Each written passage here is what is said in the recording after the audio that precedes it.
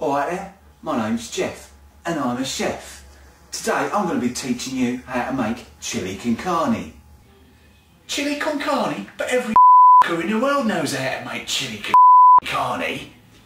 Yeah, maybe they do, but mine's got a secret ingredient. Anyway, first things first, see this? Apron. Take it off, because you look like a numpty. Right, couple of little tips. With the garlic, right, don't bother peeling it. Smack it with a hammer, or a knife, whatever you want to call it.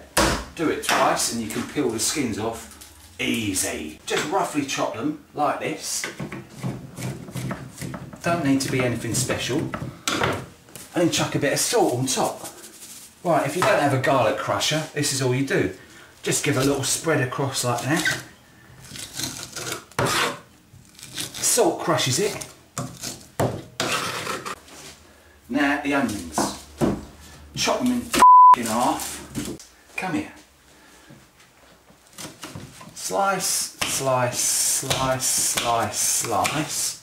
Cross the middle. And then boom. Easy as you want. Diced onions. Look at that. Right, next thing you do, you've got your pan on heat. Just a little bit of olive oil in the bottom. Get your onions and your garlic, chuck them all in the pan. And then what you've got to do is let them sweat, right? Just for a couple of minutes, right? When I say sweat, I don't mean make them run round near the track like they're running round some Olympic stadium. I'm talking about have it on a medium heat, not high, not low, right? Capiche? Once they've been done for a couple of minutes, we're going to get the beef. I'm using Scottish beef. But, depends on where you come from, you can use Polish beef, Turkish beef, American beef, Antarctic beef, whatever the f you want. Get your meat, chuck it in a pan. Don't forget to take the paper out, right? That's it. You want it all brown, all over. Right, that's all nicely browned as you can see. What I'm going to do now, get a bit of Vino Calabsio. Chuck some of that in, and then what we're going to do is let that bubble away just for 2 or 3 minutes. In the meantime, you can do what you want. Go to the toilet, have a I'm going to go and have a fag. And remember, don't smoke a cigarette in the kitchen, right? Because you get ash in your dinner. Right. Now, once you've reduced the wine so all the alcohol's burned out of it, you add some tomatoes, right? I'm going to stick 1 tin in, 1.5, just like that. Give them a little bit of a stir. Then I'm going to get some coriander, right? About that much will do.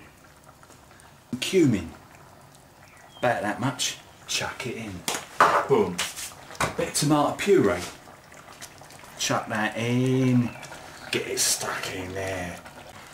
If you want to know all the details to this recipe, you should have taken a pen and paper and written them down, because I'm off and put them in a description box.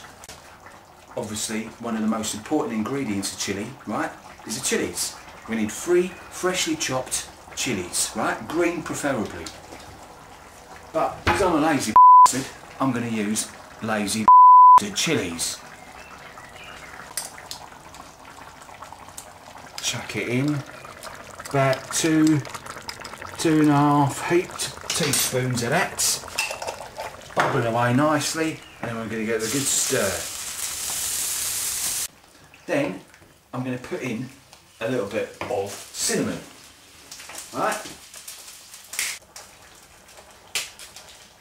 I told you to put in my hand, not balance it on top, you muppet. Lovely. Then chuck that in your chilli.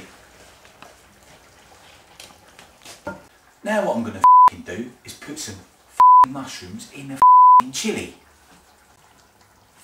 Mushrooms in chilli? What are you talking about? Because I like mushrooms. If you don't like them, don't put them in. Alright?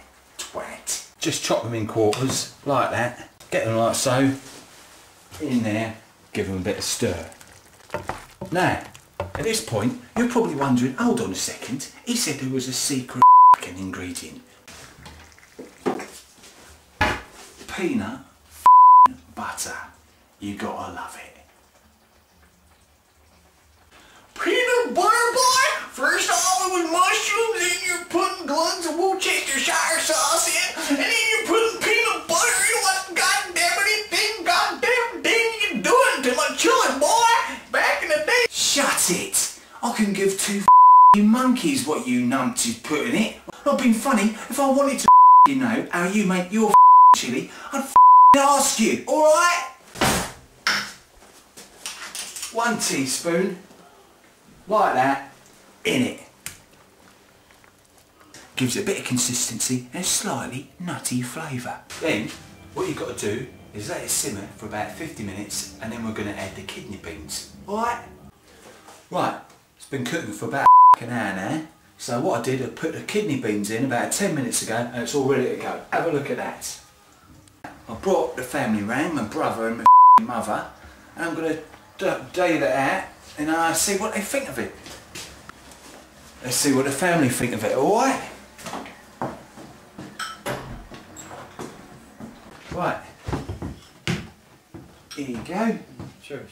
Tuck into that. Thank you.